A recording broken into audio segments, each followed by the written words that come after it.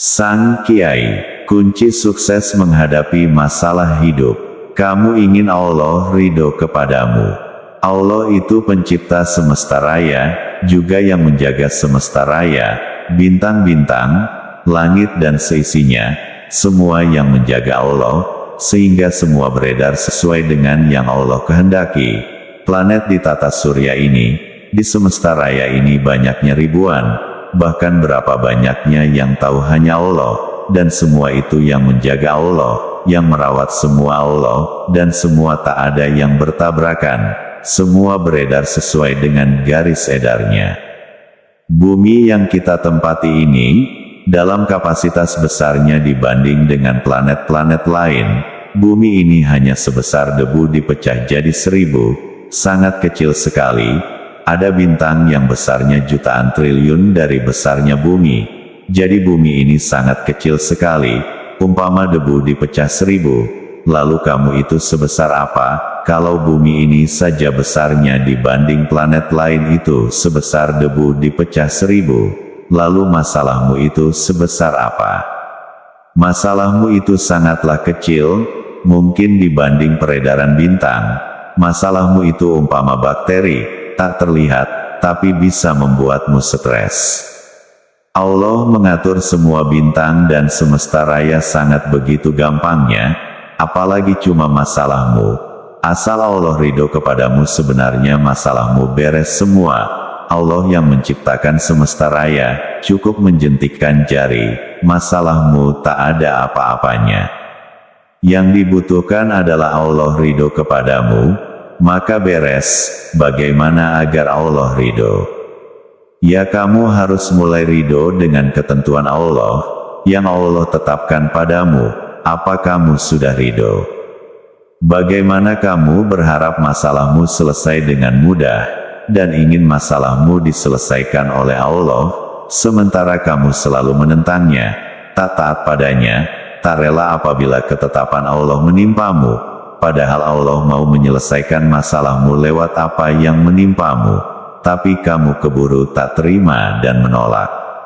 Kamu jangan seperti orang yang ingin membangun rumah, lalu mengundang tukang batu. Ketika tukang batu menggali tanahmu untuk bikin pondasi, kamu tak terima tanahmu digali. Kamu kira tukang batu mau mencuri tanahmu. Kamu salah-salahkan tukang batu, padahal tukang batu ingin membuat pondasi rumahmu, bukan mau nyuri tanahmu. Apa yang datang dari Allah, entah peraturan, ilmu, cara hidup, dari yang terkecil, dari masalah sepele, sampai masalah yang besar, dari cara mencari pekerjaan, sampai cara beragama, apa yang diwariskan Nabi itu sudah cukup dan sempurna untuk diikuti, tanpa menambah atau mengurangi. Kita hanya perlu tahu semua apa yang diwariskan, jangan karena tahu sedikit lalu membutakan mata pada pengetahuan yang lain, sebab apa yang diwariskan Nabi itu sudah kelengkapan yang tak terbantah, sekalipun karena kita lebih memenangkan nafsu, dan hati masih tertutup untuk menerima kebenaran, karena ketakutan hilangnya entah kenikmatan, kedudukan, nama besar, lalu kita mementahkan kebenaran. Sama sekali Nabi itu tak menyembunyikan ilmu yang dimiliki, tapi ada kalanya ilmu itu diperoleh setelah menjalankan suatu amalan, seperti seorang yang bisa merasakan manisnya daging jeruk, setelah mengupas kulitnya.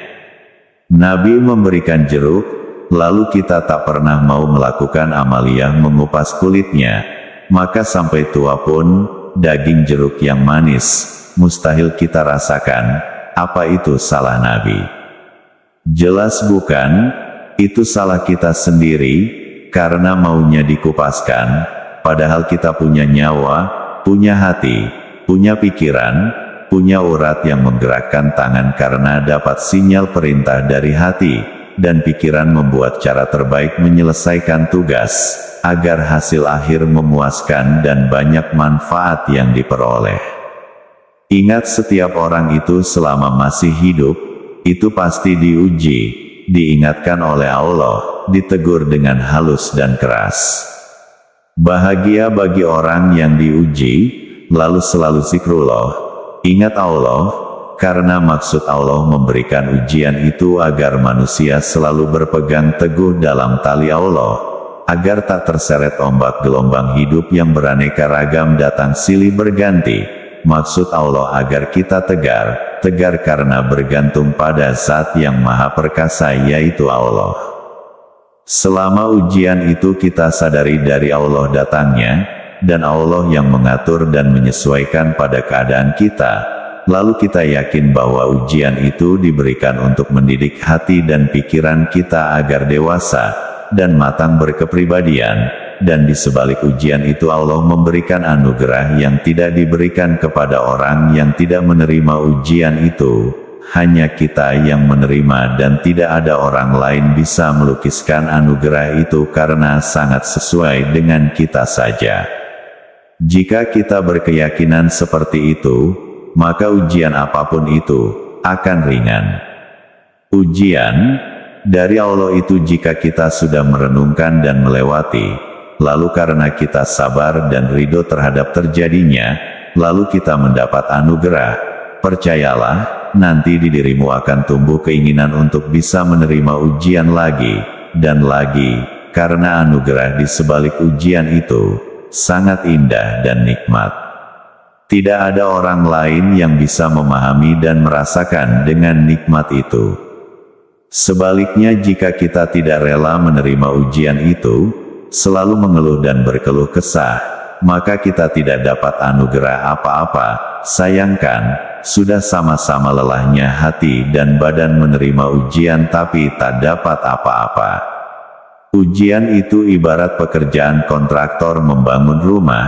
Kita kontraktornya, apabila menjadi seorang kontraktor tentu selalu ingin dapat lahan garapan baru, agar mengalir gaji ke kantong kita. Dan makin cepat pembangunan itu selesai, makin cepat kita terima dana pembayaran dan pekerjaan kita. Dan kunci cepat berlalunya ujian itu adalah, kita sabar dan rela menerima ujian yang kita hadapi. Ingat sabar dan rela, insya Allah Allah akan mengganti semuanya dengan kebahagiaan baru yang indah, lebih indah dari kebahagiaan sebelumnya. Orang yang merasa terpuji, maka sebenarnya orang itu tercela. Orang yang merasa terhormat dan mulia, sebenarnya orang itu direndahkan oleh Allah sebagaimana iblis yang merasa mulia.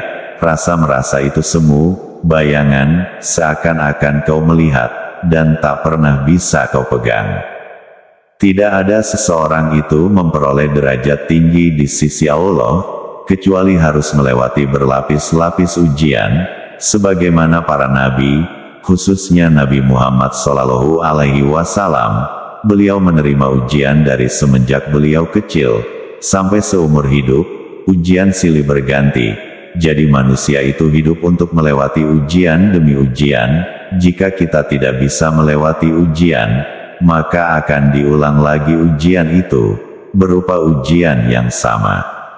Jadi kamu, saya, siapa saja, hidup itu untuk agar bisa menyelesaikan masalah hidupnya sendiri, bukan lari pada manusia lain, tapi lari pada Allah.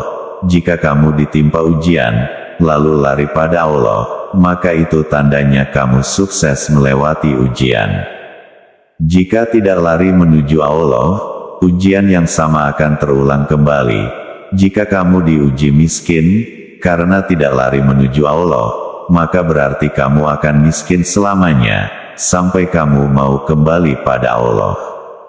Dan jika kamu sudah kembali kepada Allah, sebagaimana Allah tak kesulitan menjadikan kamu lahir ke dunia, maka begitu juga Allah tak kesulitan menjadikanmu punya segala-galanya.